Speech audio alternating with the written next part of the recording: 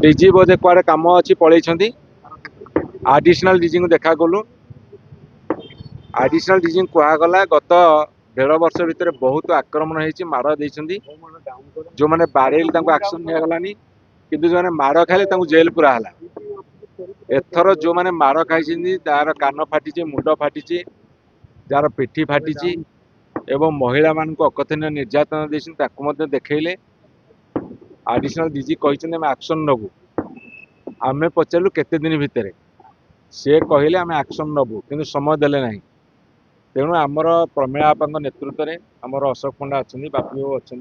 युव छात्र प्रेसिडेंट अच्छा पूर्वतन विधायक मैंने अच्छा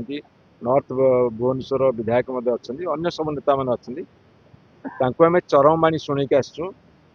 जेते दिन पर्यंत जो माने आक्रमणकारी तांको अरेस्ट करा जाई नाही सेते दिन पर्यंत यही ऑफिस आगे धारणा बस डीजी ऑफिस आगे डीजी कैंप ऑफिस से धारणा चलो गुंडाराज खत्म नहला पर्यंत ये आंदोलन चालू रहा।